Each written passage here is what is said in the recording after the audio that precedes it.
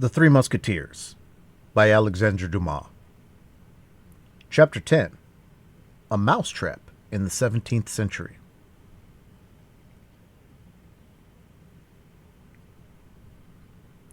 The invention of the mousetrap does not date from our days. As soon as societies informing had invented any kind of police, the police invented mousetraps. As perhaps our readers are not familiar with the slang of the Rue de Jerusalem, and as it is 15 years since we applied this word for the first time to this thing, allow us to explain to them what is a mousetrap. When in a house, of whatever kind it may be, an individual suspected of any crime is arrested, the arrest is held secret. 4 or 5 men are placed in ambuscade in the first room. The door is open to all who knock. It is closed after them, and they are arrested. So at the end of 2 or 3 days, they have in their power almost all of the habitués of the establishment, and that is a mousetrap. The apartment of Monsieur Bonacieux, then, became a mousetrap, and whoever appeared there was taken and interrogated by the cardinal's people. It must be observed that as a separate passage led to the first floor, in which D'Artagnan lodged, those who called on him were exempted from this detention.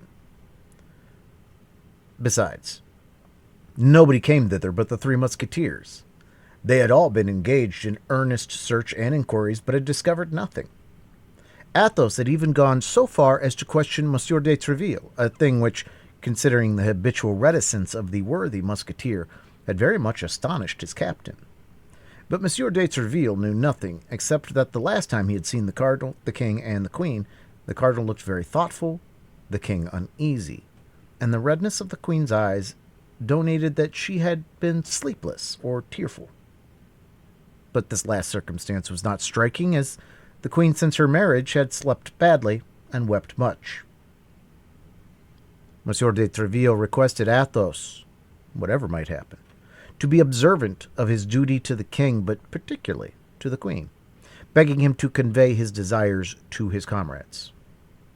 As to D'Artagnan, he did not budge from his apartment. He converted his chamber into an observatory. From his windows he saw all the visitors who were caught. Then, having removed a plank from his floor, and nothing remaining but a simple ceiling between him and the room beneath, in which the interrogatories were made, he heard all that passed between the inquisitors and the accused. The interrogatories, preceded by a minute search operated upon the persons arrested, were almost always framed thus: Has Madame Bonacieux sent anything to you for her husband or any other person? Has Monsieur Bonacieux sent anything to you for his wife or for any other person? Has either of them confided anything to you by word of mouth? If they knew anything, they would not question people in this manner, said D'Artagnan to himself. Now, what is it they want to know? Why, they want to know if the Duke of Buckingham is in Paris, and if he has had, or is likely to have, an interview with the Queen. D'Artagnan held on to this idea, which, from what he had heard, was not wanting in probability. In the meantime, the mousetrap continued in operation, and likewise D'Artagnan's vigilance.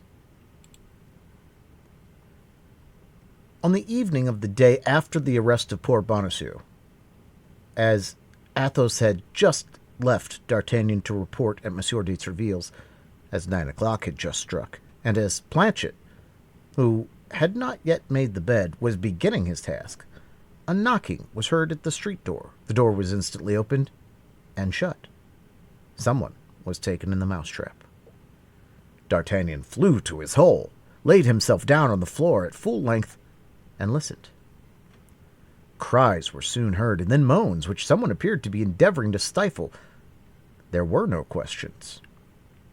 "The devil!" said D'Artagnan to himself. "It seems like a woman.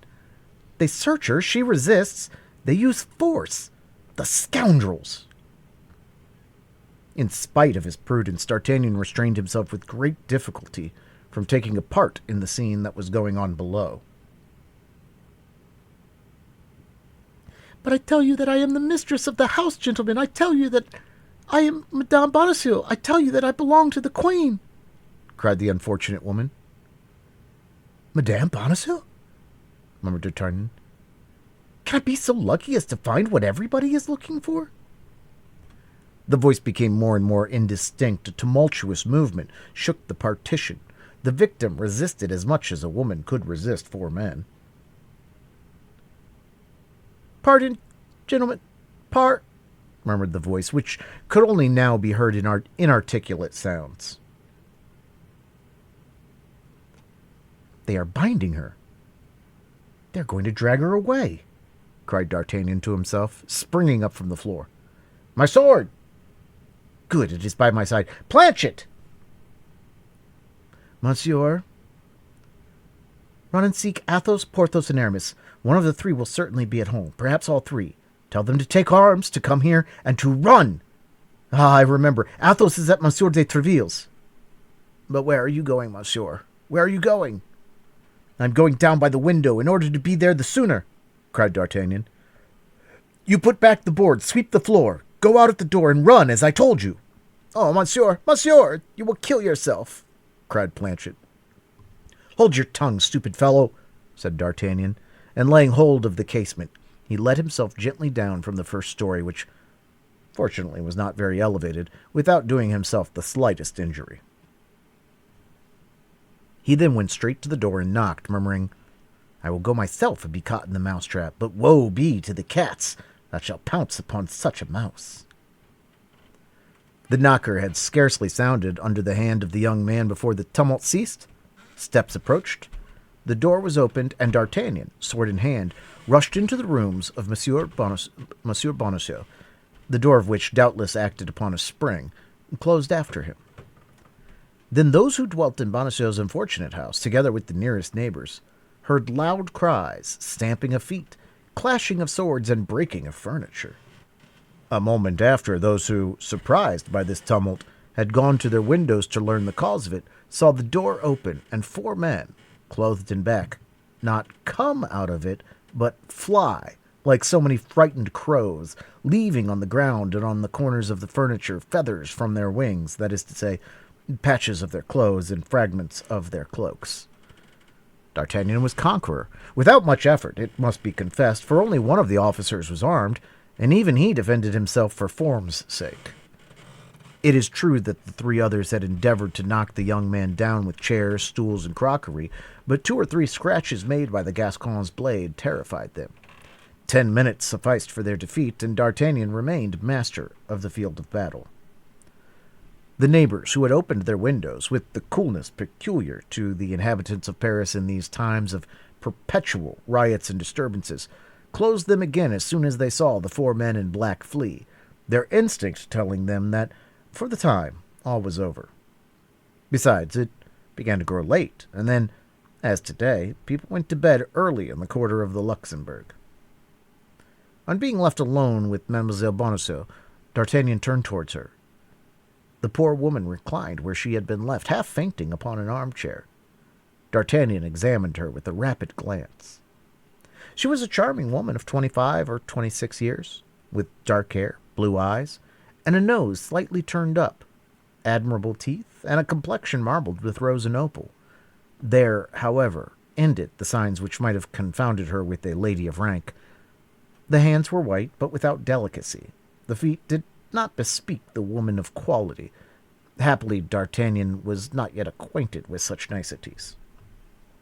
While D'Artagnan was examining Mademoiselle Bonacieux, and was, as we have said, close to her, he saw on the ground a fine cambric handkerchief, which he picked up, as was his habit, and at the corner of which he recognized the same cipher he had seen on the handkerchief which nearly caused him and Aramis to cut each other's throat.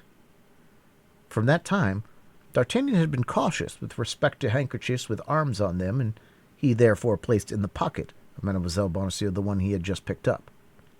At that moment, Mademoiselle Bonacieux recovered her senses. She opened her eyes, looked around her with terror, saw that the apartment was empty and that she was alone with her liberator. She extended her hands to him with a smile. Mademoiselle Bonacieux had the sweetest smile. in the world. "Ah, monsieur," said she, "you have saved me. Permit me to thank you." "Madame," said D'Artagnan, "I have only done what every gentleman would have done in my place. You owe me no thanks." "Oh, yes, monsieur, oh, yes, and I hope to prove to you that you have not served an ingrate. But what could these men, whom I first took it for robbers, want with me? And why is Monsieur Bonacieux not here?" "Madame, these men were more dangerous than any robbers could have been, for they are the agents of the cardinal. And as to your husband, Monsieur Bonacieux, he is not here because he was yesterday evening conducted to the Bastille." "My husband is in the Bastille?" cried Madame Bonacieux. "Oh, my God, what has he done? Poor dear man, he is innocence himself." And something like a faint smile lighted the still terrified features of the young woman. "What has he done, madame?" said D'Artagnan. "I believe that his only crime is to have at the same time the good fortune and the misfortune to be your husband." "But, monsieur, you know then—" "I know that you have been abducted, madame." "And by whom? Do you know him? Oh, if you know him, tell me." "By a man of from 40 to 45 years, with black hair, a dark complexion, and a scar on his left temple." "That is he. That is he. But his name?" "Ah, his name? I do not know that." "And did my husband know that I had been carried off?" "He was informed of it by letter, written to him by the abductor himself." "And does he suspect," said Madame Bonacieux with some embarrassment, "the cause of the event?" "He attributed it, I believe, to a political cause." "I doubted from the first, and now I think entirely as he does." "Then my dear Monsieur Bonacieux has not suspected me a single instant?" "So far from it, madame. He was too proud of your prudence, and above all, of your love." A second smile, almost imperceptible, stole over the rosy lips of the pretty young woman. "But," continued D'Artagnan, "how did you escape?" "I took advantage of a moment when they left me alone, and as I had known since morning the reason of my abduction, with the help of the sheets I let myself down from the window. Then, as I believed my husband would be at home, I hastened hither." "To place yourself under his protection?" "Oh, no, poor dear man! I knew very well that he was incapable of defending me, but as he could serve us in other ways, I wished to inform him." "Of what?" "Oh, that is not my secret. I must not, therefore, tell you." "Besides," said D'Artagnan, "pardon me, madame, if guardsman as I am, I remind you of prudence. Besides, I believe we are not here in a very proper place for imparting confidences. The men I have put to flight will return reinforced. If they find us here, we are lost. I have sent for 3 of my friends, but who knows whether they were at home?" Yes, you are right," cried the affrighted Madame Bonacieux. "Let us fly. Let us save ourselves." At these words she passed her arm under that of D'Artagnan and urged him forward eagerly. "But whither shall we fly? Whither escape?" "Let us first withdraw from this house. Afterward we shall see." The young woman and the young man, without taking the trouble to shut the door after them, descended the Rue des Fossoyeurs rapidly, turned into the Rue des Fossés Monsieur le Prince, and did not stop till they came to the Place Saint-Sulpice. "And now, what are we to do? Where do you wish me to conduct you?" asked D'Artagnan. "I am quite at a loss how to answer you, I admit," said Bonacieux. "My intention was to inform Monsieur Laporte, through my husband, in order that Monsieur Laporte might tell us precisely what had taken place at the Louvre in the last 3 days, and whether there is any danger in presenting myself there." "But I," said D'Artagnan, "can go and inform Monsieur Laporte." "No doubt you could, only there is one misfortune, and that is that Monsieur Bonacieux is known at the Louvre, and would be allowed to pass, where, as you are not known there, the gate would be closed against you." "Ah, bah!" said D'Artagnan. "You have at some wicket of the Louvre a concierge who is devoted to you, and who, thanks to a password, would—" Madame Bonacieux looked earnestly at the young man. "And if I give you this password," said she, "would you forget it as soon as you used it?" "By my honor, by the faith of a gentleman," said D'Artagnan, with an accent so truthful that no one could mistake it. Then I believe you. You appear to be a brave young man. Besides, your fortune may perhaps be the result of your devotedness. I will do, without a promise and voluntarily, all that I can do to serve the king and be agreeable to the queen. Dispose of me, then, as a friend. But I? Where shall I go meanwhile? Is there nobody from whom Monsieur Laporte can come and fetch you? No, I can trust nobody. Stop, said D'Artagnan. We are near Athos' door. Yes, here it is. Who is this Athos? One of my friends.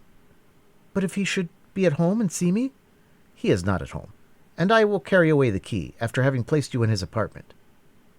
But if he should return? Oh, he won't return, and if he should, he will be told that I have brought a woman with me, and that woman is in his apartment. But that will compromise me sadly, you know. Of what consequence? Nobody knows you. Besides, we are in a situation to overlook ceremony. Come, then. Let us go to your friend's house. Where does he live? Rue Ferou, 2 steps from here. Let us go. Both resumed their way as D'Artagnan had foreseen. Athos was not within. He took the key, which was customarily given him as one of the family, ascended the stairs, and introduced Madame Bonacieux into the little apartment of which we have given a description. "You are at home," said he. "Remain here. Fasten the door inside, and open it to nobody unless you hear 3 taps like this." And he tapped twice, and he tapped thrice, 2 taps close together, and pretty hard, and the other after an interval, and lighter. "That is well," said Madame Bonacieux. "Now, in my turn, let me give you my instructions." "I am all attention." "Present yourself at the wicket of the Louvre on the side of Rue de l'Echelle, and ask for Germain." "Well, and then?" "He will ask you what you want, and you will answer by these 2 words, Tours and Bruxelles. He will at once put himself at your orders." "And what shall I command him?" "To go and fetch Monsieur Laporte, the Queen's valet de chambre."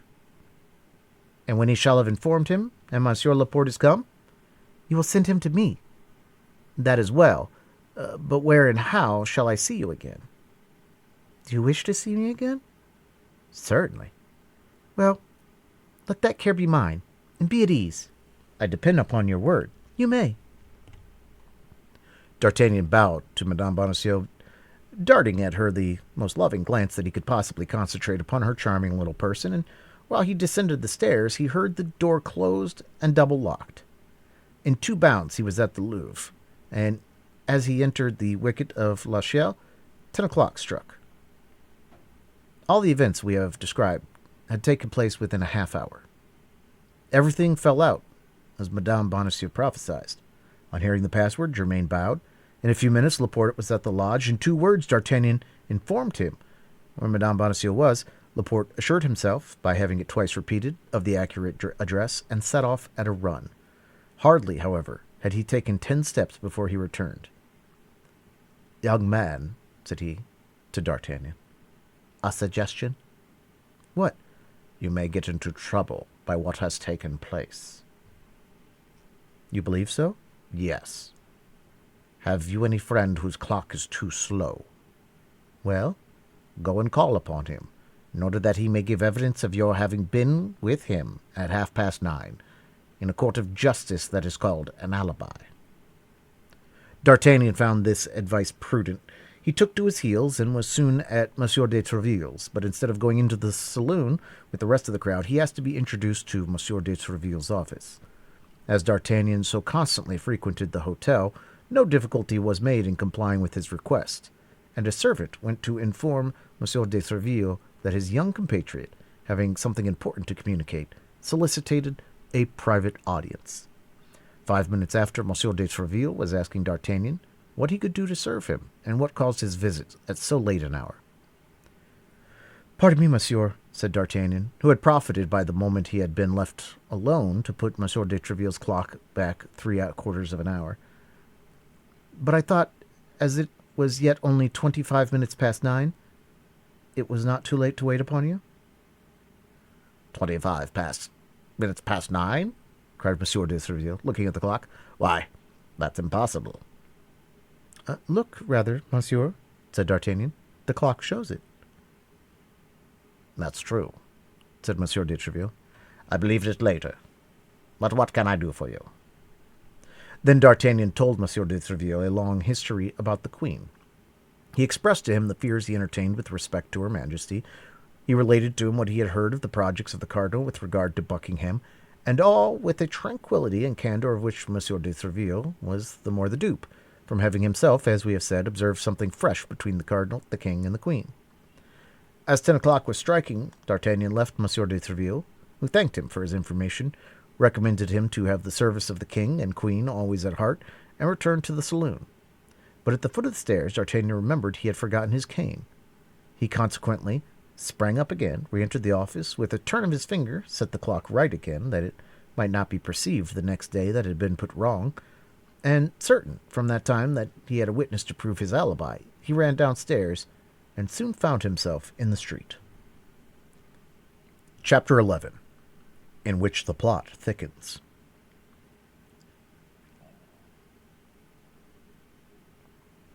His visit to Monsieur de Treville being paid, the pensive D'Artagnan took the longest way homeward. On what was D'Artagnan thinking, that he strayed thus far from his path, gazing at the stars of heaven, and sometimes sighing, sometimes smiling? He was thinking of Madame Bonacieux.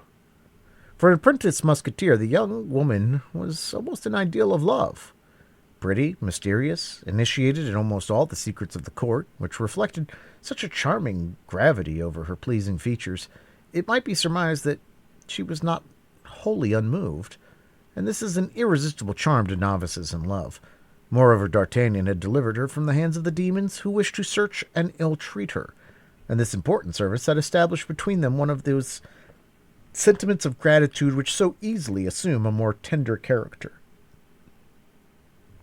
D'Artagnan already fancied himself, so rapid is the flight of our dreams upon the wings of imagination, accosted by a messenger from the young woman, who brought him some billet appointing a meeting, a gold chain, or a diamond. We have observed that young cavaliers receive presents from their king without shame. Let us add that in these times of lax morality they had no more delicacy with respect to the mistresses, and that the latter almost always left them valuable and durable remembrances, as if they essayed to conquer the fragility of their sentiments by the solidity of their gifts. Without a blush, men made their way in the world by the means of women blushing. Such as were only beautiful gave their beauty, whence, without doubt, comes the proverb, "The most beautiful girl in the world can only give what she has." Such as were rich gave in addition a part of their money, and a vast number of heroes of that gallant period may be cited who would neither have won their spurs in the first place, nor their battles afterward, without the purse, more or less furnished, which their mistress fastened to the saddle-bow. D'Artagnan owned nothing. Provincial diffidence, that slight varnish, the ephemeral flower, that down of the peach, had evaporated to the winds through the little orthodox counsels which the three musketeers gave their friend. D'Artagnan, following the strange custom of the times, considered himself at Paris as on a campaign, neither more nor less than if he had been in Flanders. Spain yonder, woman here. In each there was an enemy to contend with and contributions to be levied. But, we must say, at the present moment D'Artagnan was ruled by a feeling much more noble and disinterested. The mercer had said that he was rich. The young man might easily guess that with so weak a man as Monsieur Bonacieux, and interest was almost foreign to this commencement of love, which had been the consequence of it. We say almost, for the idea that a young, handsome, kind, and witty woman is at the same time rich takes nothing from the beginning of love, but on the contrary strengthens it. There are in affluence a crowd of aristocratic cares and caprices which are highly becoming to beauty.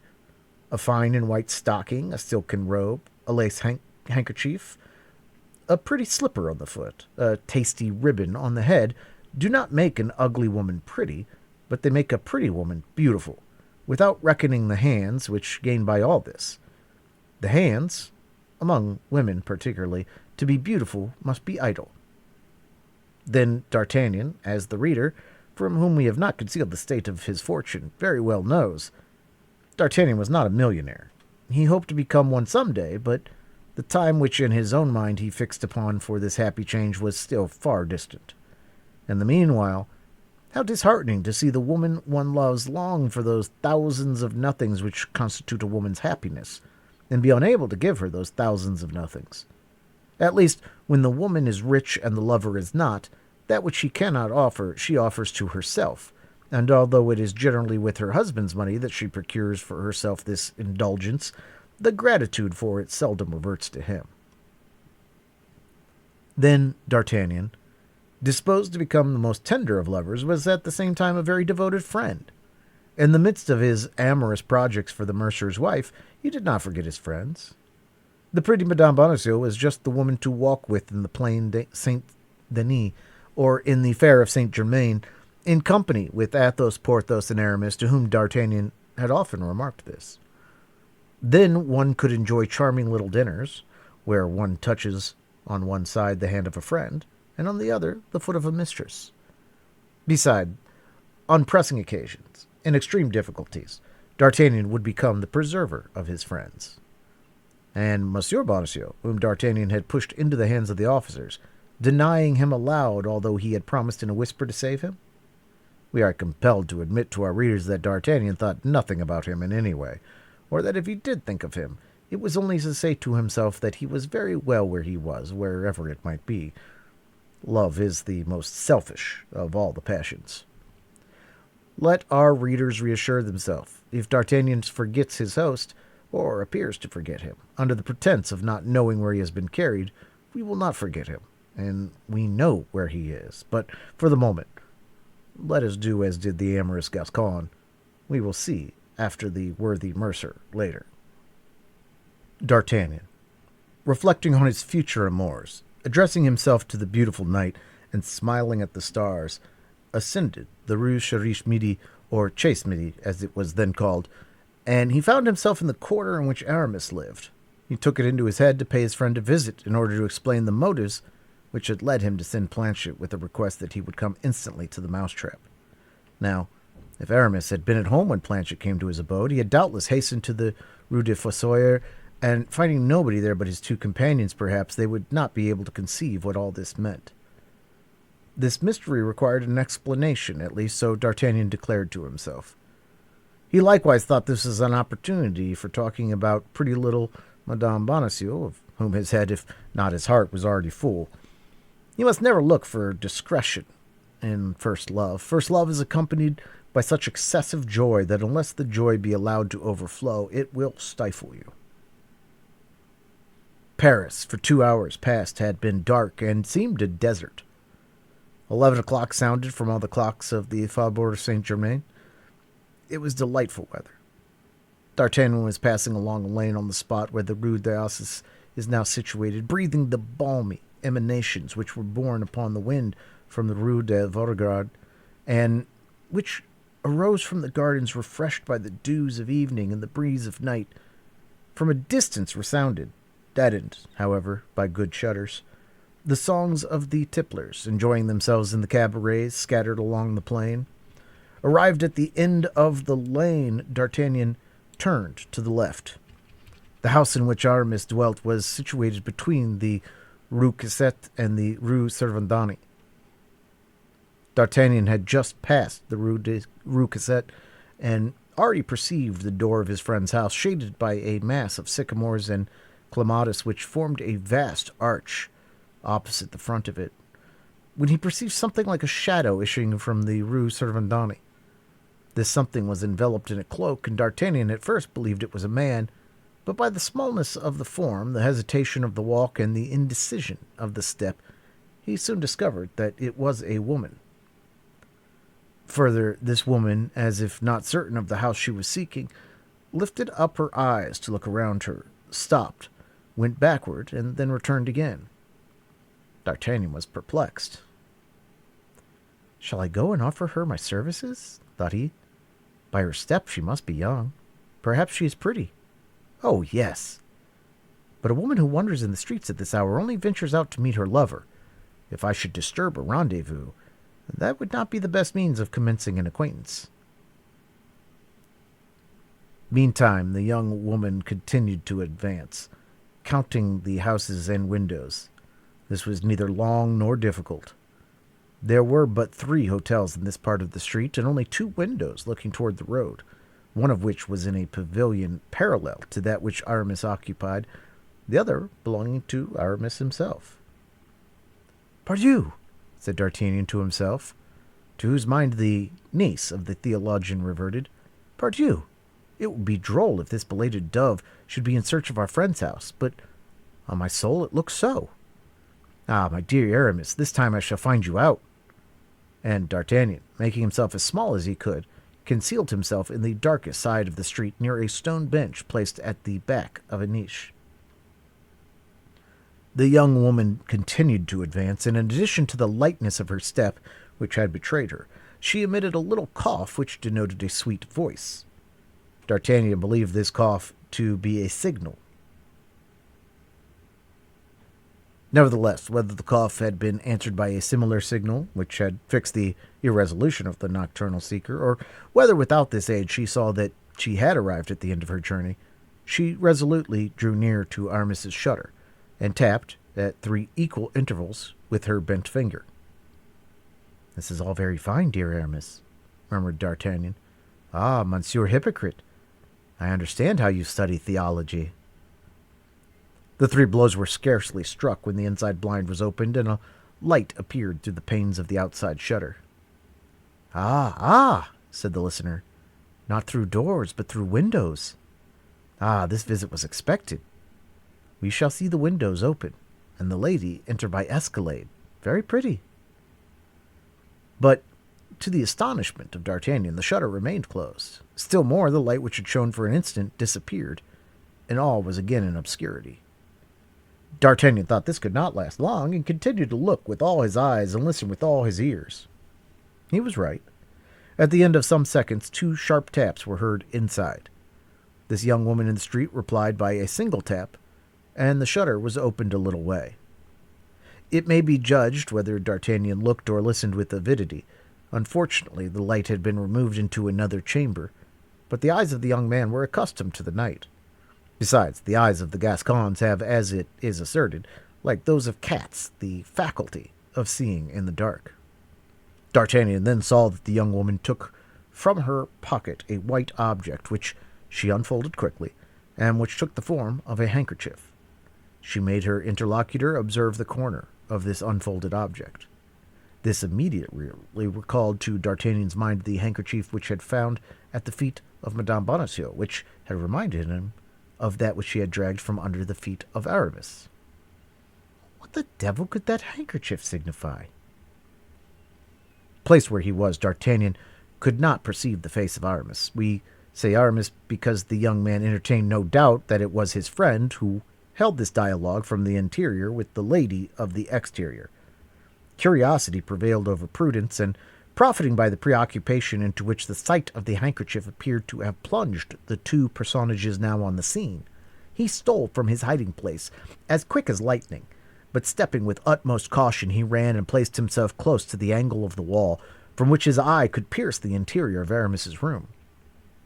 Upon gaining this advantage, D'Artagnan was near uttering a cry of surprise.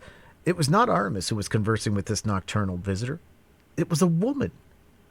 D'Artagnan, however, could only see enough to recognize the form of her vestments, not enough to distinguish her features. At the same instant, the woman inside drew a second handkerchief from her pocket and exchanged it for that which had just been shown to her. Then some words were spoken by the 2 women. At length, the shutter closed. The woman who was outside the window turned round and passed within 4 steps of D'Artagnan, pulling down the hood of her mantle, but the precaution was too late. D'Artagnan had already recognized Madame Bonacieux. Madame Bonacieux! The suspicion that it was she had crossed the mind of D'Artagnan when she drew the handkerchief from her pocket. But what probability was there that Madame Bonacieux, who had sent for Monsieur Laporte in order to be reconducted to the Louvre, should be running around the streets of Paris at 11:30 at night, at the risk of being abducted a second time? This must be, then, an affair of importance. And what is the most important affair to a woman of 25? Love. But was it on her own account or on the account of another that she exposed herself to such hazards? This was the question the young man asked himself, whom the demon of jealousy already gnawed, being in the heart neither more nor less than an accepted lover. There was a very simple means of satisfying himself whether Madame Bonacieux was going. That was to follow her. This method was so simple that D'Artagnan employed it quite naturally and instinctively.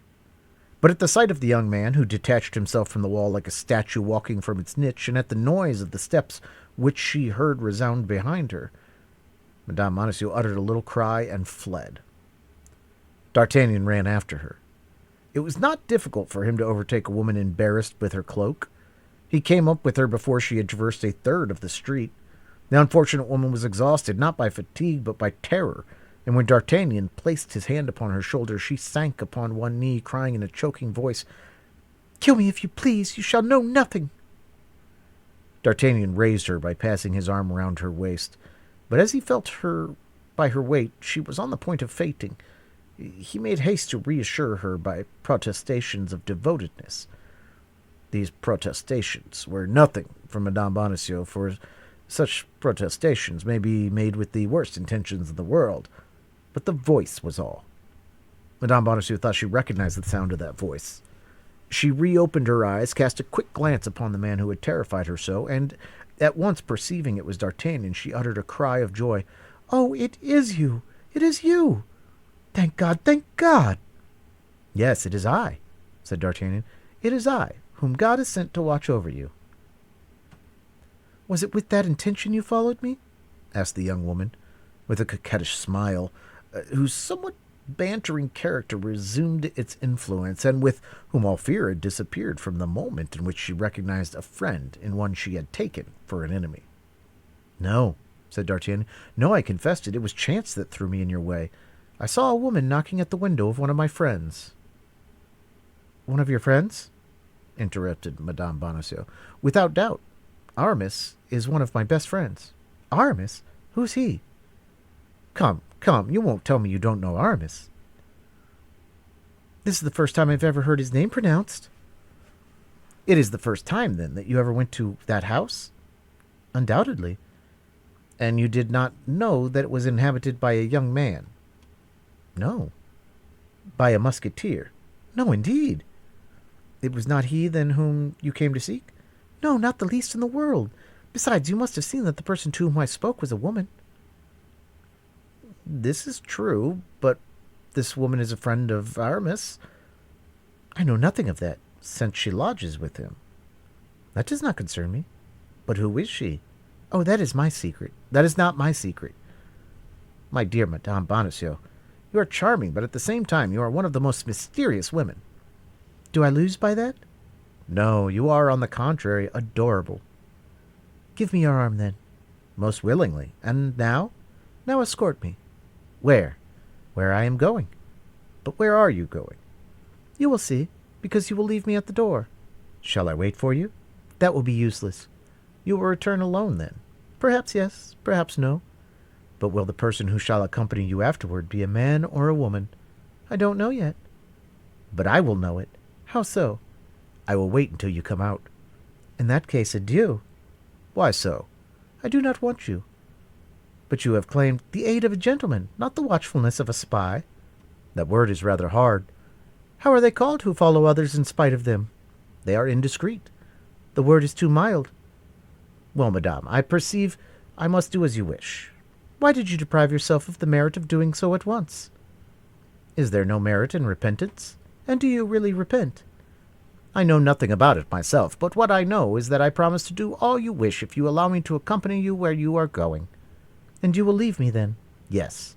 "Without waiting for my coming out again?" "Yes." "Word of honor?" "By the faith of a gentleman." "Take my arm, and let us go." D'Artagnan offered his arm to Madame Bonacieux, who willingly took it, half laughing, half trembling, and both gained the top of the Rue de la Harpe. Arriving there, the young woman seemed to hesitate, as she had before done in the Rue Vaugirard. She seemed, however, by certain signs, to recognize a door, and approaching that door— "And now, monsieur," said she, It is here I have business. 1,000 thanks for your honourable company, which has saved me from all the dangers to which alone I was exposed. But the moment is come to keep your word. I have reached my destination. And you will have nothing to fear on your return. I shall have nothing to fear but robbers. And that is nothing? What could they take from me? I have not a penny on me. You forget that beautiful handkerchief with the coat of arms. Which? That which I found at your feet and are replaced in your pocket. Hold your tongue, imprudent man. Do you wish to destroy me? You see very plainly that there is still danger for you, since a single word makes you tremble, and you confess that if the word were heard you would be ruined. Come, come, madame, cried D'Artagnan, seizing her hands and surveying her with an ardent glance. Come, be more generous. Confide in me. Have you not read in my eyes that there is nothing but devotion and sympathy in my heart?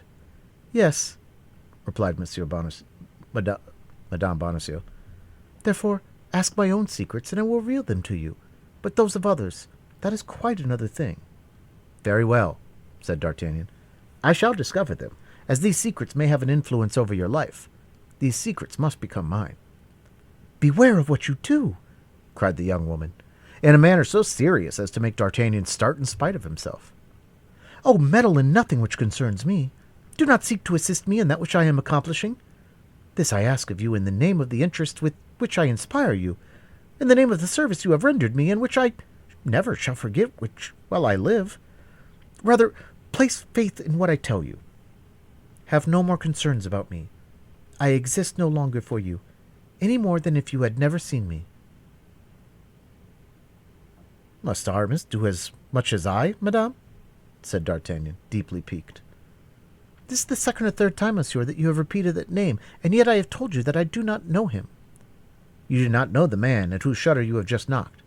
Indeed, madame, you believe me too credulous.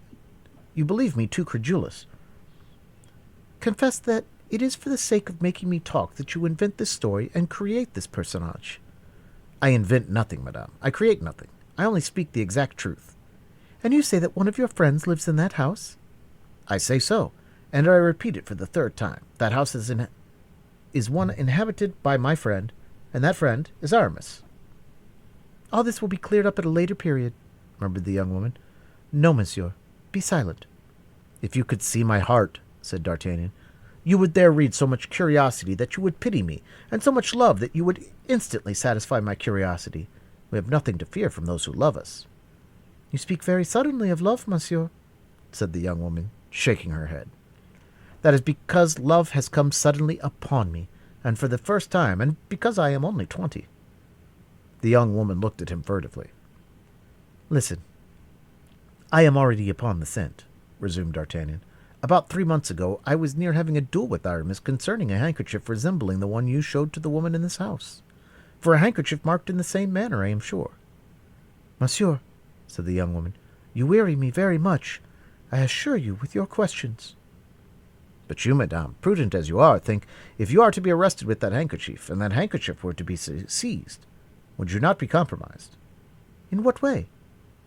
The initials are only mine, C.B., Constance Bonacieux. Or Camille de Bois Tracy? Silence, monsieur. Once again, silence. And since the dangers I incur on my own account cannot stop you, think of those who you may yourself ruin. Me? Yes, there is peril of imprisonment, risk of life in knowing me. Then I will not leave you. Monsieur, said the young woman, supplicating him and clasping her hands together. Monsieur, in the name of heaven, by the honor of a soldier, by the courtesy of a gentleman, depart. There, midnight sounds. That is the hour where I am expected, said the young man, bowing. I can refuse nothing asked of me thus. Be content. I will depart. But you will not follow me? You will not watch me? I will return home instantly. Ah, I was quite sure you were a good and brave young man, said Madame Bonacieux, holding out her hand to him and placing the other upon the knocker of a little door almost hidden in the wall. D'Artagnan seized the hand held out to him and kissed it ardently. Ah, I wish I had never seen you, cried D'Artagnan, with that ingenious roughness which women often prefer to the affection of politeness because it betrays the depths of the thought and proves that feeling prevails over reason.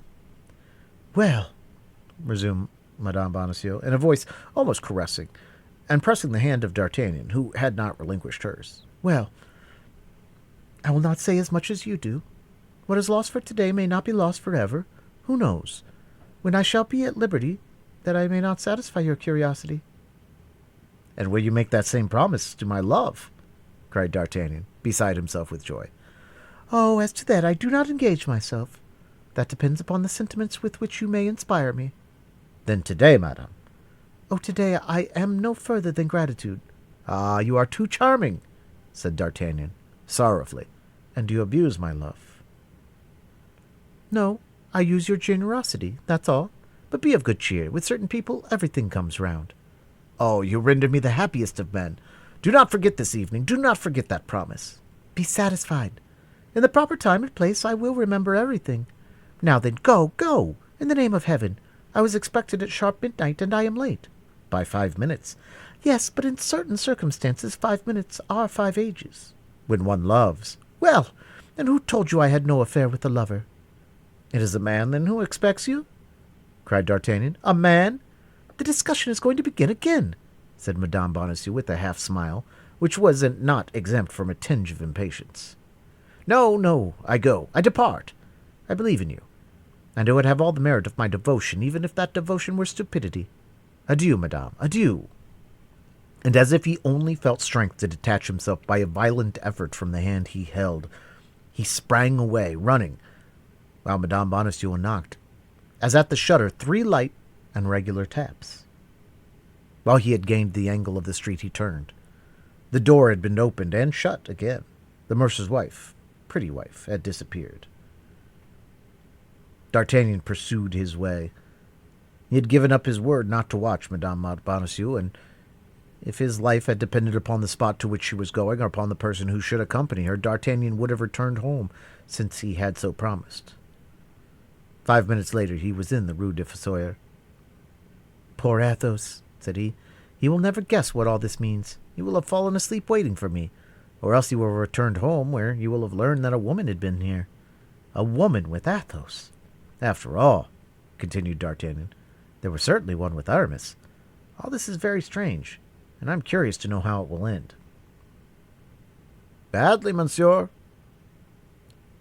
Badly, replied a voice which the young man recognized as that of Planchet, for, soliloquizing aloud, as very preoccupied people do, he had entered the alley at which end were the stairs that led to his chamber. How badly? What do you mean by that, you idiot? Asked D'Artagnan. What has happened? All sorts of misfortunes. What? In the first place, Monsieur Athos was arrested. Arrested? Athos arrested? What for? He was found in your lodging. They took him for you. By whom was he arrested? By guards brought by the men in black whom you put to flight. Why did you not tell them his name? Why did you not tell them he knew nothing about the affair? He took care not to do so, monsieur. On the contrary, he came up to me and said, "It is your master that needs his liberty at this moment, and not I, since he knows everything and I know nothing. They will believe he is arrested, and that will give him time. In 3 days I will tell them who I am, and they cannot fail to let me go." Brave Athos, noble heart, murmured D'Artagnan. I know him well there. And what did the officers do? 4 conveyed him away, I don't know where, to the Bastille or Fort l'Evêque. 2 remained with the men in black, who rummaged every place and took all the papers. The last 2 mounted guard at the door during this examination. Then, when all was over, they went away, leaving the house empty and exposed. And Porthos and Aramis? I could not find them. They did not come. But they may come any moment, for you left word that I awaited them? Yes, monsieur. Well, don't budge then. If they come, tell them what has happened. Let them wait for me at the Pomme de Pin. Here it would be dangerous. The house may be rewatched. I will run to Monsieur de Tréville to tell him all this, and we will meet them there. Very well, monsieur. But you will remain? You are not afraid? Said D'Artagnan, coming back to recommend courage to his lackey. Be easy, monsieur, said Planchet. You do not know me yet. I am brave when I set about it. It is all in beginning. Besides, I am a Picard. Then it is understood, said D'Artagnan. You would rather be killed than desert your post? Yes, monsieur, and there's nothing I would not do to prove to monsieur that I am attached to him. Good, said D'Artagnan to himself. It appears that the method I have adopted with this boy is decidedly the best. I shall use it again upon occasion. And with all the swiftness of his legs, already a little fatigued, however, with the perambulations of the day, D'Artagnan directed his course toward Monsieur de Tréville's.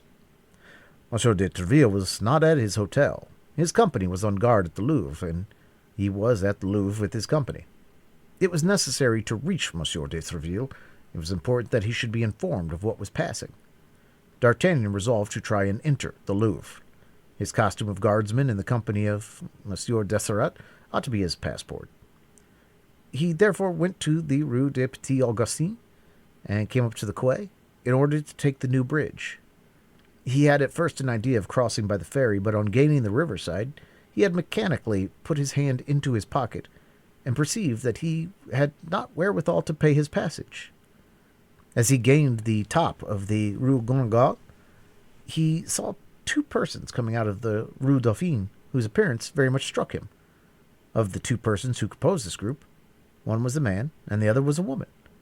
The woman had the outline of Madame Bonacieux. The man resembled Aramis so much to be mistaken for him. Besides, the woman wore that black mantle which D'Artagnan could see outlined on the shutter of the Rue de Vaugirard and on the door of the Rue de la Harpe. Still further, the man wore the uniform of a musketeer. The woman's hood was pulled down, and the man held a handkerchief to his face. Both, as this double precaution indicated, had an interest in not being recognized. They took the bridge. That was D'Artagnan's road. As he was going to the Louvre, D'Artagnan followed them. He had not gone 20 steps before he became convinced that the woman was really Madame Bonacieux and that the man was Aramis. He felt at that instant all the suspicions of jealousy agitating his heart. He felt himself doubly betrayed by his friend and by her whom he had already loved like a mistress. Madame Bonacieux had declared to him by all the gods that she did not know Aramis, and a quarter of an hour after having made this assertion, he found her hanging on the arm of Aramis. D'Artagnan did not reflect that he had only known the mercer's pretty wife for 3 hours, that she owed him nothing but little gratitude for having delivered her from the men in black who wished to carry her off, and that she had promised him nothing. He considered himself an outraged, betrayed, and ridiculed lover. Blood and anger mounted to his face. He was resolved to unravel the mystery. The young man and young woman perceived they were watched and redoubled their speed. D'Artagnan determined upon his course. He passed them, then returned so as to meet them exactly before the Samaritaine, which was illuminated by a lamp which threw its light over all that part of the bridge. D'Artagnan stopped before them, and they stopped before him.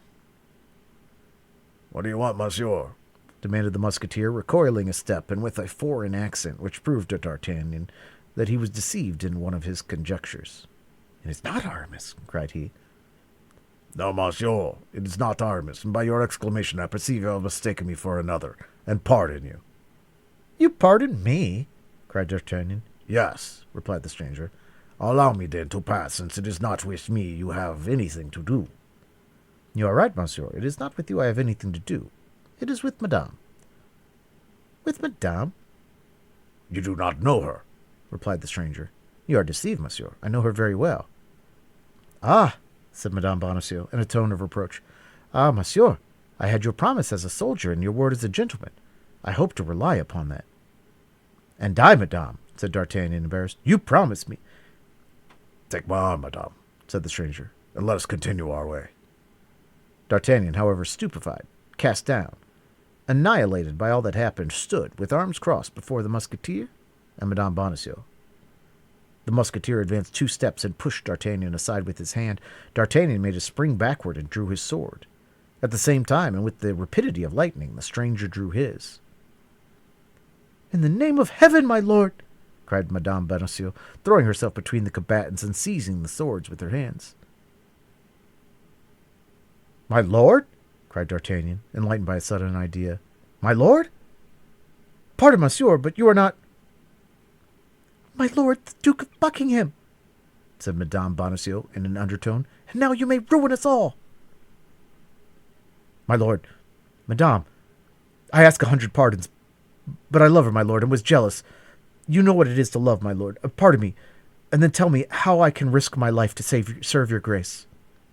You are a brave young man, said Buckingham, holding out his hand to D'Artagnan, who pressed it respectfully. You offer me your services, and with the same frankness I accept them. Follow us at a distance of 20 paces, and as far as the Louvre, and if anyone watches us, slay him. D'Artagnan placed his naked sword under his arm, allowed the Duke and Madame Bonacieux to take 20 steps ahead, and then followed them, ready to execute the instructions of the noble and elegant minister of Charles I. Fortunately, he had no opportunity to give the Duke the proof of his devotion, and the young woman and the handsome musketeer entered the Louvre by the wicket of the Echelle without any interference. As for D'Artagnan, he immediately repaired to the cabaret of the Pomme de Pin, where he found Porthos and Aramis awaiting for him. Without giving them any explanation of the alarm and the inconvenience he had caused them, he told them that he had terminated the affair alone, in which he had for a moment believed he should need their assistance. Meanwhile, carried away as we are by our narrative, we must leave our three friends to themselves and follow the Duke of Buckingham and his guide through the labyrinths of the Louvre. Chapter 12. George Villiers, Duke of Buckingham. Madame Bonacieux and the Duke entered the Louvre without difficulty. Madame Bonacieux was known to belong to the Queen. The Duke wore the uniform of the Musketeers of Monsieur de Treville, who, as we have said, were that evening on guard. Besides, Germain was in the interests of the Queen, and if anything should happen, Madame Bonacieux would be accused of having introduced her lover into the Louvre, that was all. She took the risk upon herself. Her reputation would be lost, it is true, but of what value in the world was the reputation of the little wife of a mercer? Once within the interior of the court, the Duke and the young woman followed the wall for the space of about 25 steps. This space passed, Madame Bonacieux pushed a little servant's door, open by day but generally closed at night. The door yielded. Both entered and found themselves in darkness, but Madame Bonacieux was acquainted with all the turnings and windings of this part of the Louvre, and appropriated for the people of the household. She closed the door after her, took the Duke by the hand, and after a few experimental steps, grasped a balustrade, put her foot upon the bottom step, and began to ascend the staircase. The Duke counted 2 stories. She then turned to the right, followed the course of a long corridor, descended a flight, went a few steps further, introduced a key into the lock, opened a door, and pushed the Duke into an apartment lighted only by a lamp, saying, "Remain here, my Lord Duke. Someone will come." She then went out by the same door, which she locked, so the Duke found himself literally a prisoner.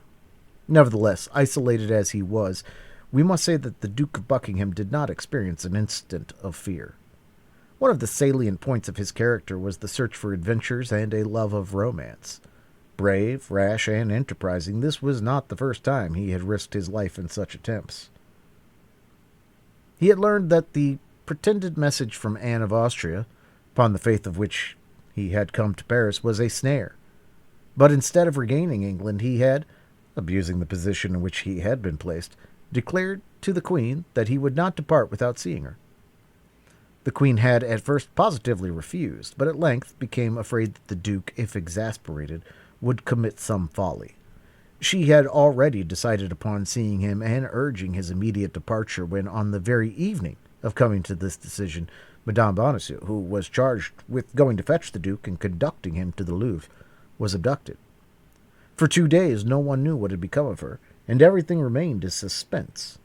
But once free and placed in communication with Laporte, matters resumed their course, and she accomplished this perilous enterprise, which, but for her arrest, would have been executed 3 days earlier. Buckingham, left alone, walked toward a mirror. His musketeer's uniform became him marvelously.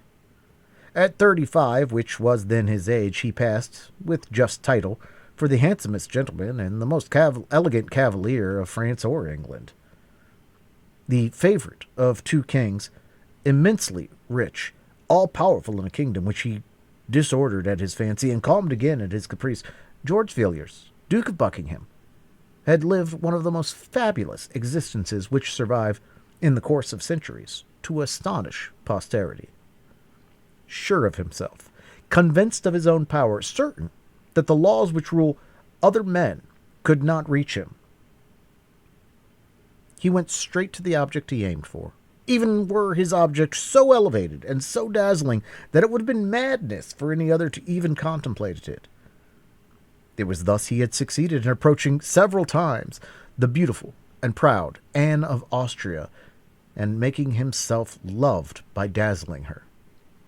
George Villiers placed himself before the glass, as we have said, restored the undulations to his beautiful hair, which the weight of his hat had disordered, twisted his mustache, and, his heart swelling with joy, happy and proud at being near the moment he had so long sighed for, he smiled upon himself with pride and hope. At this moment a door concealed in the tapestry opened, and a woman appeared. Buckingham saw this apparition in the glass. He uttered a cry. It was the Queen! Anne of Austria was then 26 or 27 years of age. That is to say, she was in the full splendor of her beauty. Her carriage was that of a queen or a goddess. Her eyes, which cast the brilliancy of emeralds, were perfectly beautiful, and yet were at the same time full of sweetness and majesty. Her mouth was small and rosy, and although her underlip, like that of all princes of the House of Austria, protruded slightly beyond the other, it was eminently lovely in its smile, but as profoundly disdainful in its contempt. Her skin was admired for its velvety softness. Her hands and arms were of surpassing beauty, all the poets of the time singing them as incomparable. Lastly, her hair, which, from being light in her youth, had become chestnut, and which she wore curled very plainly and with some powder, admirably set off her face, in which the most rigid critic could only have desired a little less rouge, and the most fastidious sculptor a little more finesse in the nose. Buckingham remained for a moment dazzled. Never had Anne of Austria appeared to him so beautiful, amid balls, fetes, or carousels, as she appeared to him at this moment, dressed in a simple robe of white satin, and accompanied by Donna Estefania, the only one of her Spanish women who had not been driven from her by the jealousy of the king or by the persecutions of Richelieu. Anne of Austria took 2 steps forward. Buckingham threw himself at her feet, and before the queen could prevent him, kissed the hem of her robe.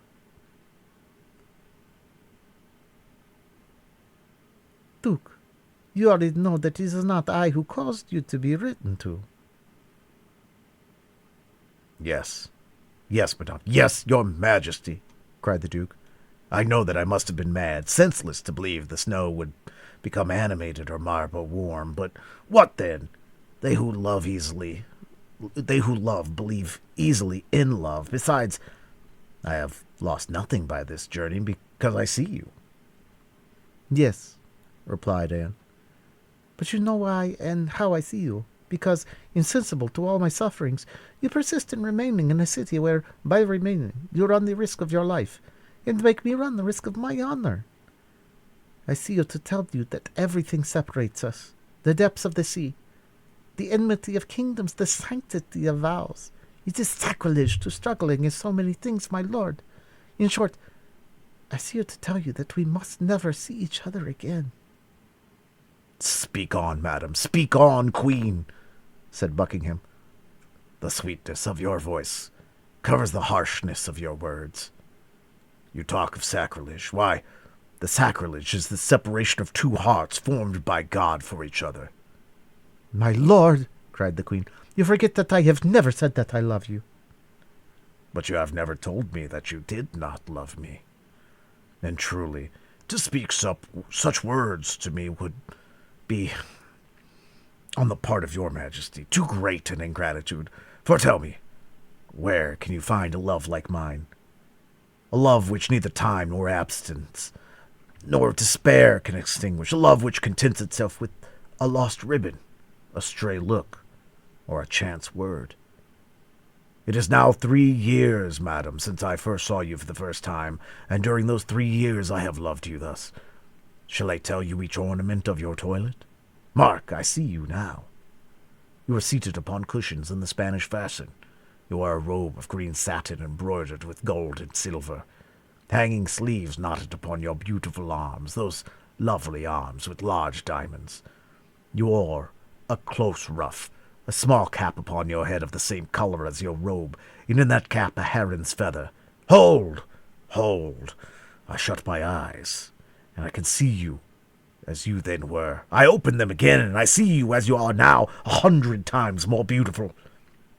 What folly, murmured Anne of Austria, who had not the courage to find fault with the Duke for having so well preserved her portrait in his heart. What folly to feed a useless passion with such remembrances! And upon what, then, must I live? I have nothing but memory. It is my happiness, my treasure, my hope. Every time I see you is a fresh diamond which I enclose in the casket of my heart. This is the 4th time which you have let fall, and I have picked up. For in 3 years, madam, I have only seen you 4 times.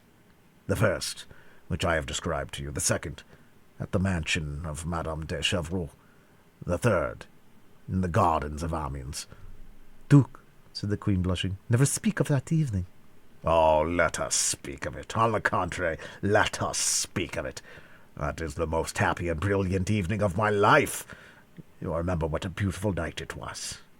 How soft and perfumed was the air, how lovely the blue heavens and star-enameled sky. Ah, then, madam, I was able for one instant to be alone with you. Then you were about to tell me all, the isolation of your life, the griefs of your heart.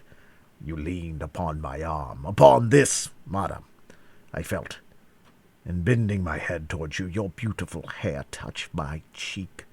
And every time that it touched me, I trembled from head to foot. Oh, Queen! Queen! You do not know what felicity from heaven, what joys from paradise are comprised in a moment like that. Take my wealth, my fortune, my glory, all the days I have to live, for such an instant, for a night like that. For that night, madam, that night you loved me, I will swear it. My lord, yes.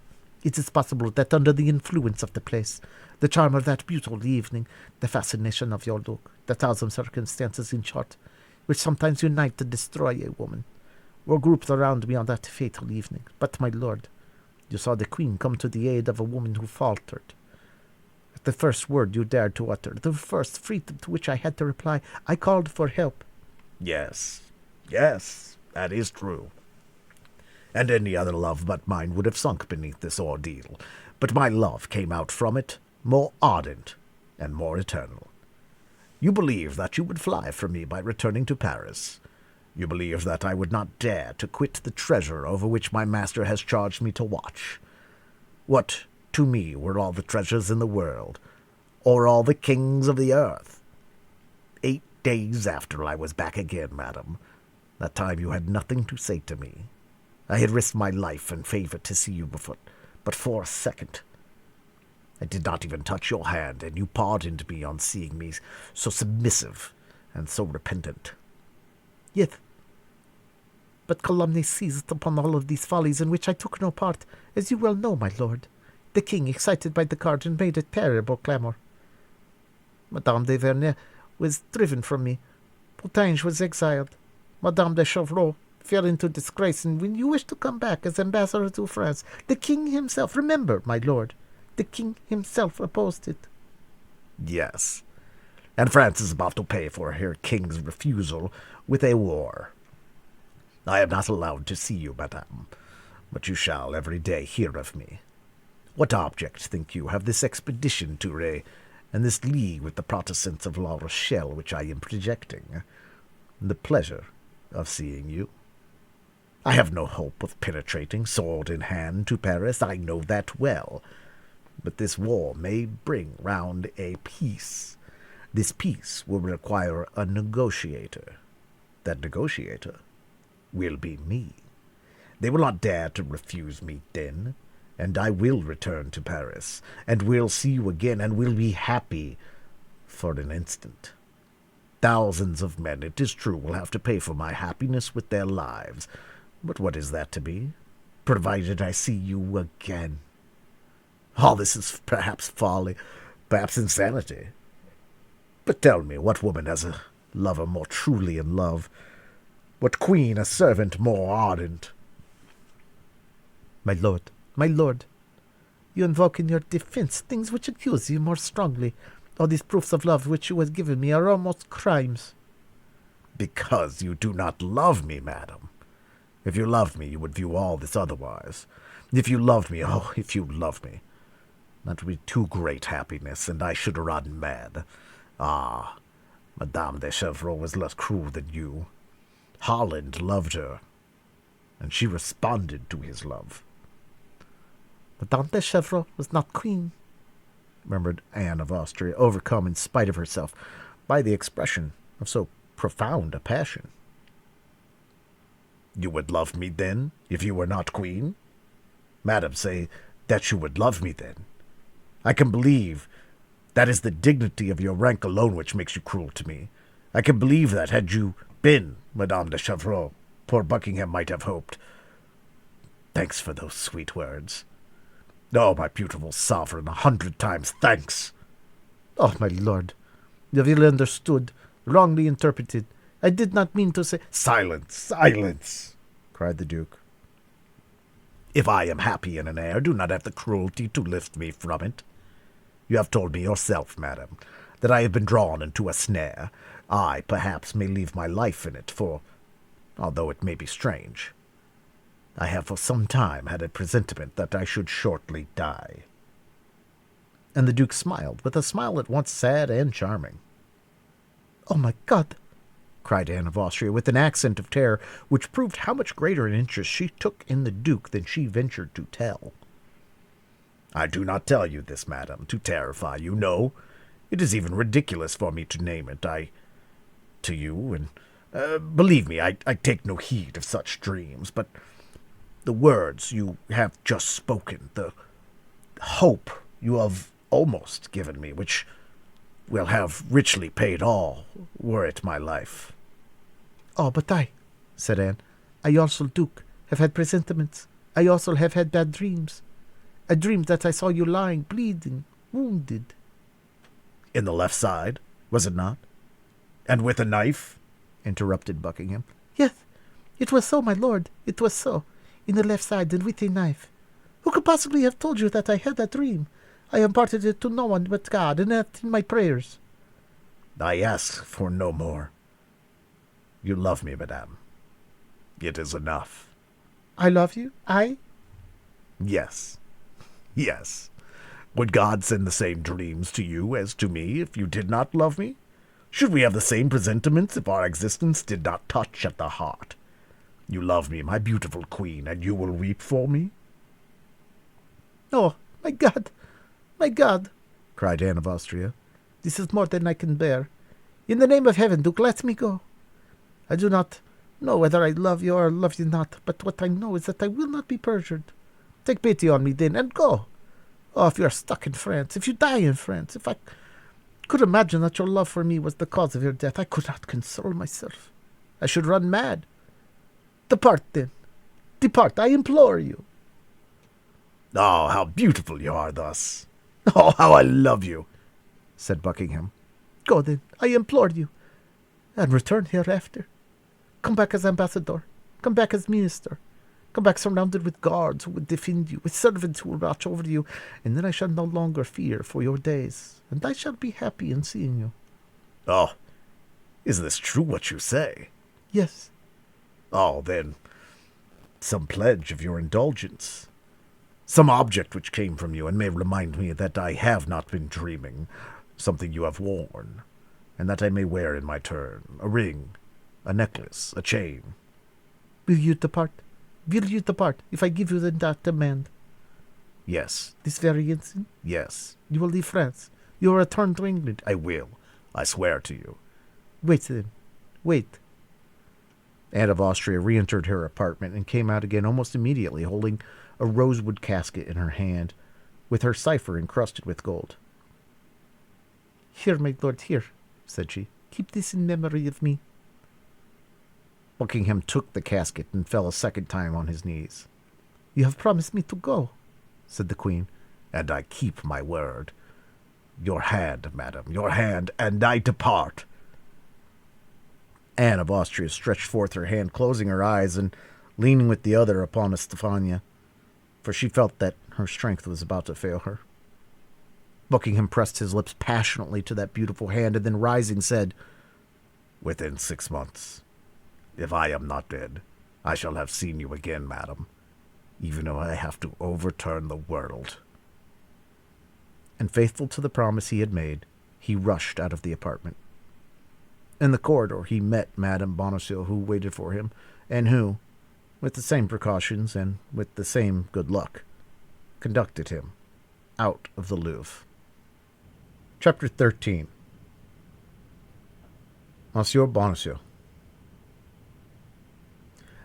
There was in all this, as may have been observed, one personage concerned of whom, notwithstanding his precarious position, we have appeared to take but very little notice.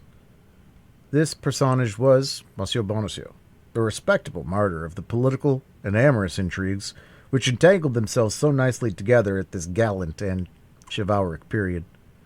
Fortunately, the reader may remember, or may not remember. Fortunately, we have promised not to lose sight of him. The officers who arrested him conducted him straight to the Bastille, where he passed trembling before a party of soldiers who were loading their muskets.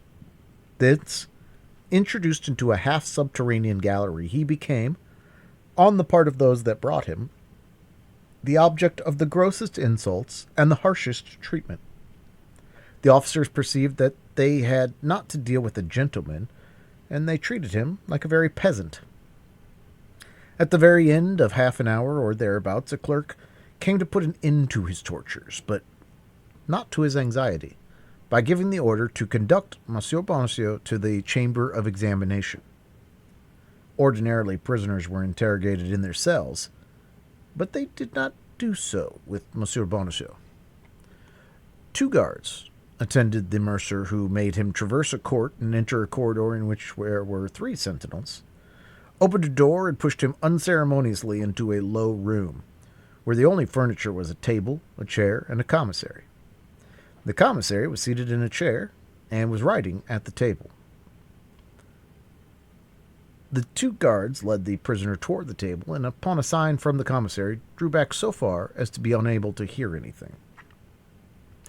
The commissary, who had till this time held his head down over his papers, looked up to see what sort of person he had to do with.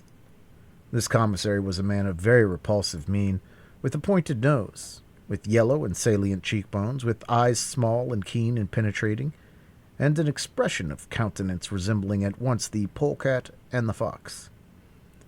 His head, supported by a long and flexible neck, issued from his black large robe, balancing itself with a motion very much like that of the tortoise thrusting his head out of his shell. He began by asking Monsieur Bonacieux his name, age, condition, and abode. The accused replied that his name was Jacques Michel Bonacieux, that he was 51 years old, a retired mercer, and lived Rue de Fossoyeur, number 14.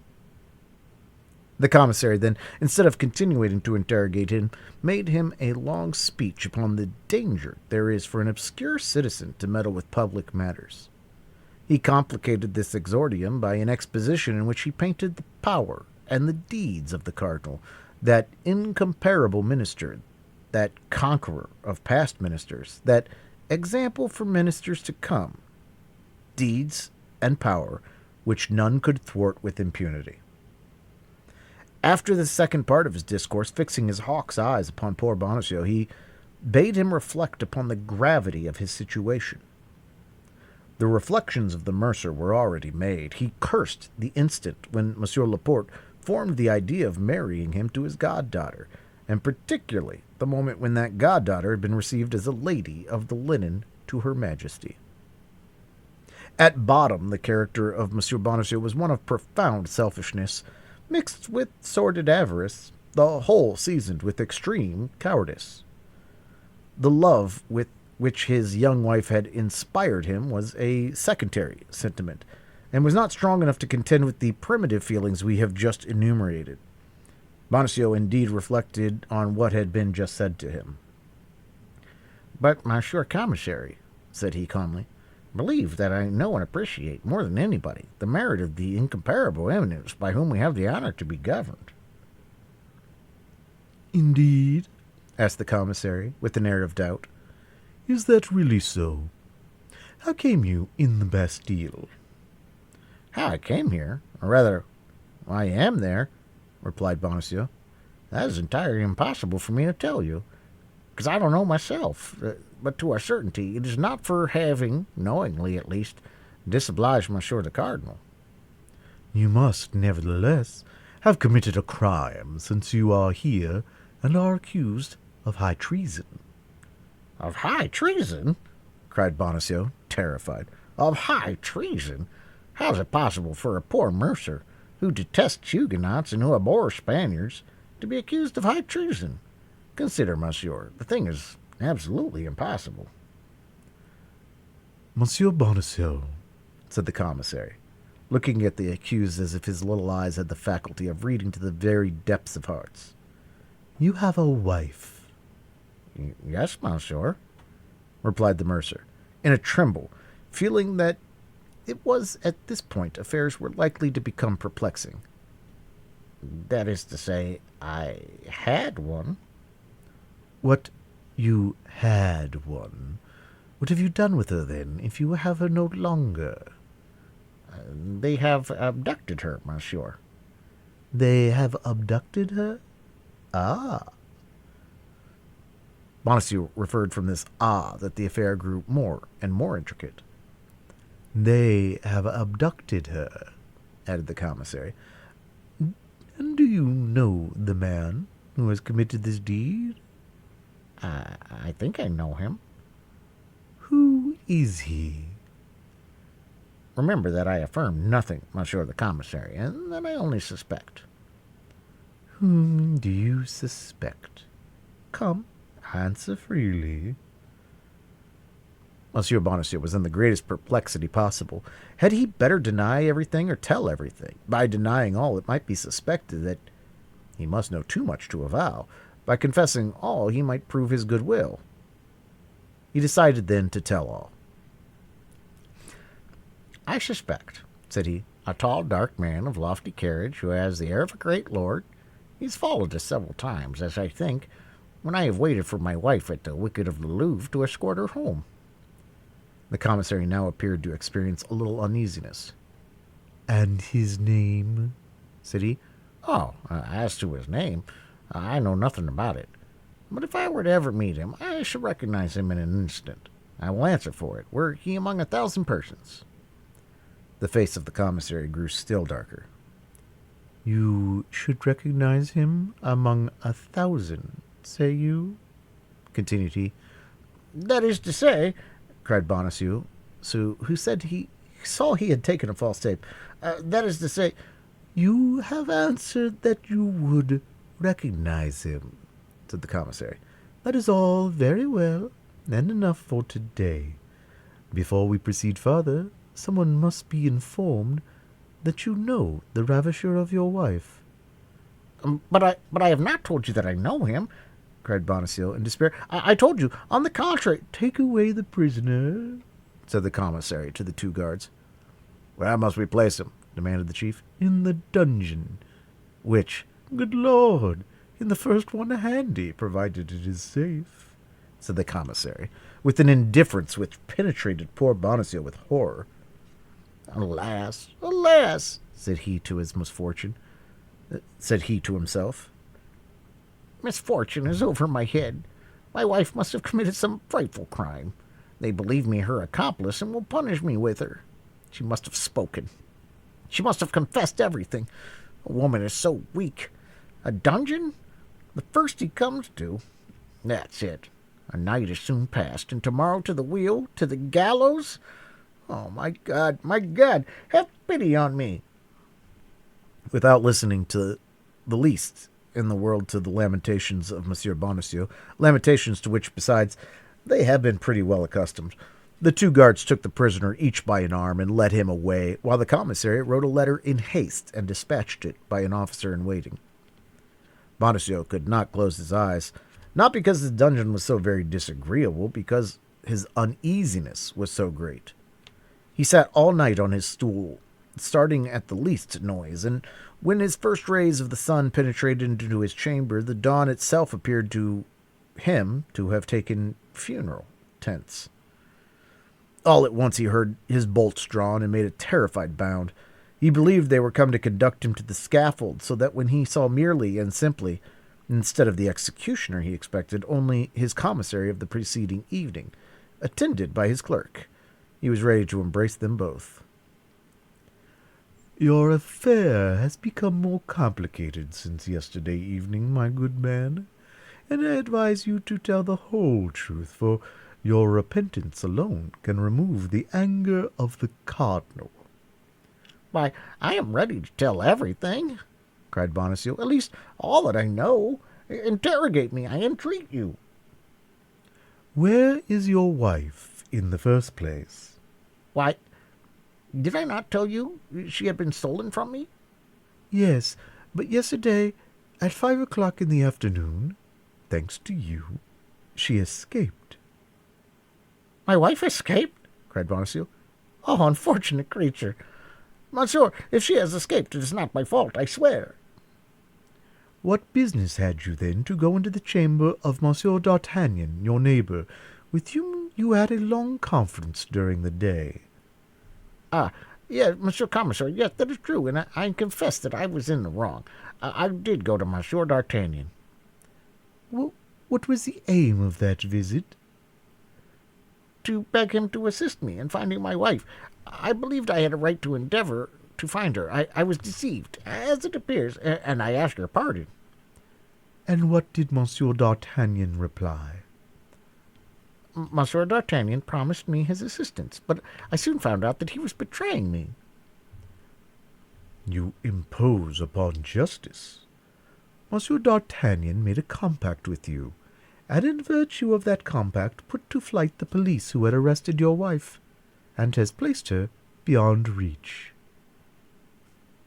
Monsieur d'Artagnan have abducted my wife? Come now, what are you telling me? Fortunately, Monsieur d'Artagnan is in our hands, and you shall be confronted with him. By my faith, I ask no better, cried Bonacieux. I shall not be sorry to see the face of an acquaintance. Bring in the Monsieur d'Artagnan, said the commissary to the guards. The two guards led in Athos. Monsieur d'Artagnan, said the commissary, addressing Athos. Declare all that passed yesterday between you and Monsieur. But, cried Bonacieux, this is not Monsieur d'Artagnan whom you show me. What? Not Monsieur d'Artagnan? exclaimed the commissary. Not the least in the world.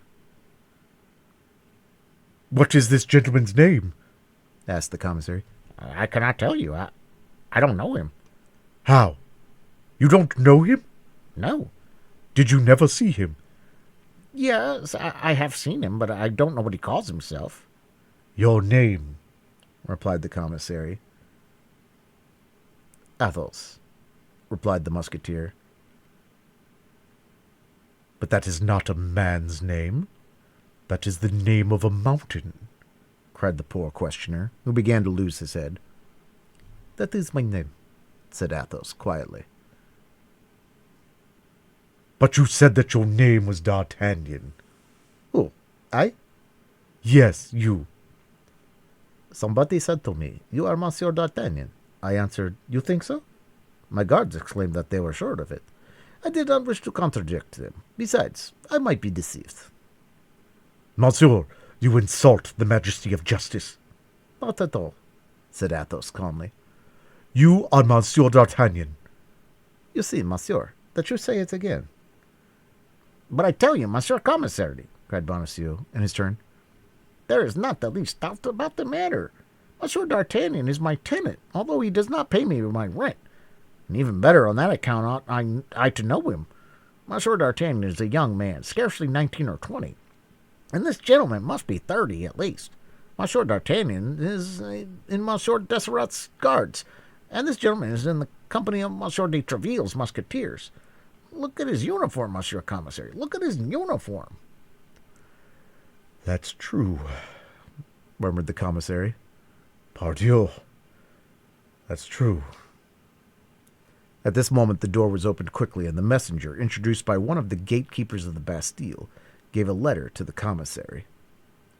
"Oh, unhappy woman!" cried the commissary. How? What do you say? Of whom do you speak? It is not of my wife, I hope. On the contrary, it is of her. Yours is a petty business. But, said the agitated mercer, do me the pleasure, monsieur, to tell me how my own proper affair can become worse by anything my wife does while I am in prison.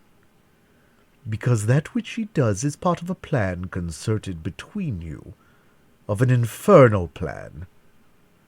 I swear to you, Monsieur Commissary, that you are in the profoundest error, that I know nothing in the world about what my wife had to do, that I am entirely a stranger to what she has done, and if she has committed any follies, I renounce her, I abjure her, I curse her.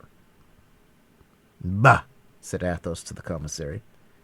If you have no more need of me, send me somewhere. Your Monsieur Bonacieux is very tiresome.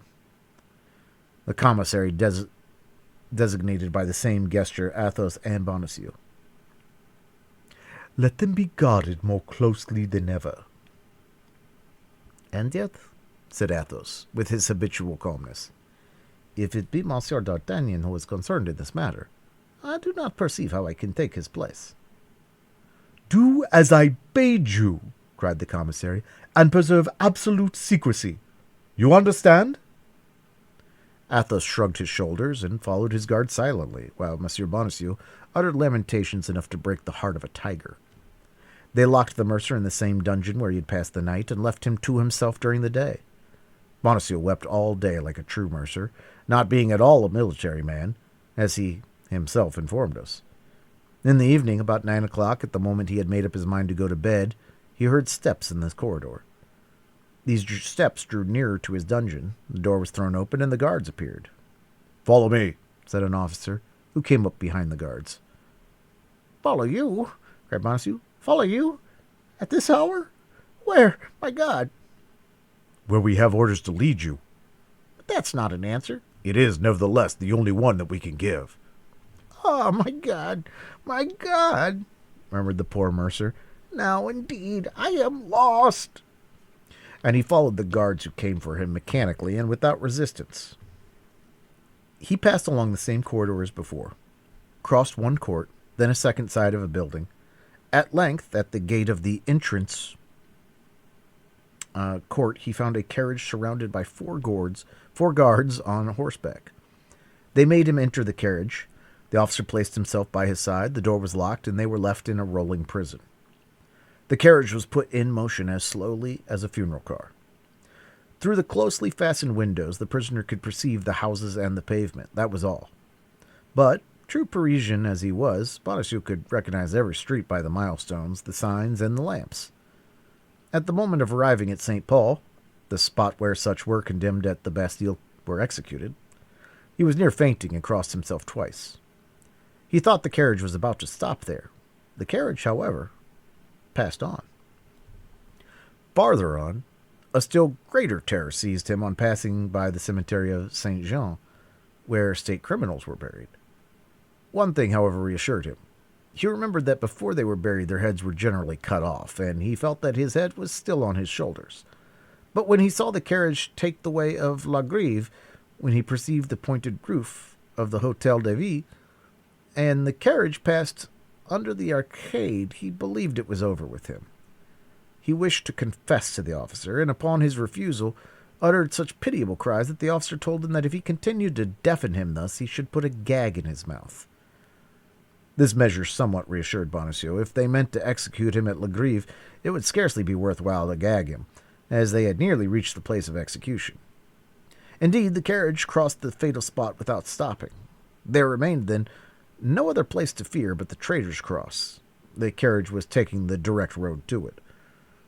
This time there was no longer any doubt. It was at the Traitor's Cross that lesser criminals were executed. Bonacieux had flattered himself in believing himself worthy of St. Paul or the Place de Grève. It was at the Traitor's Cross that his journey and his destiny were about to end. He could not yet see that dreadful cross, but he felt somehow as if it were coming to meet him.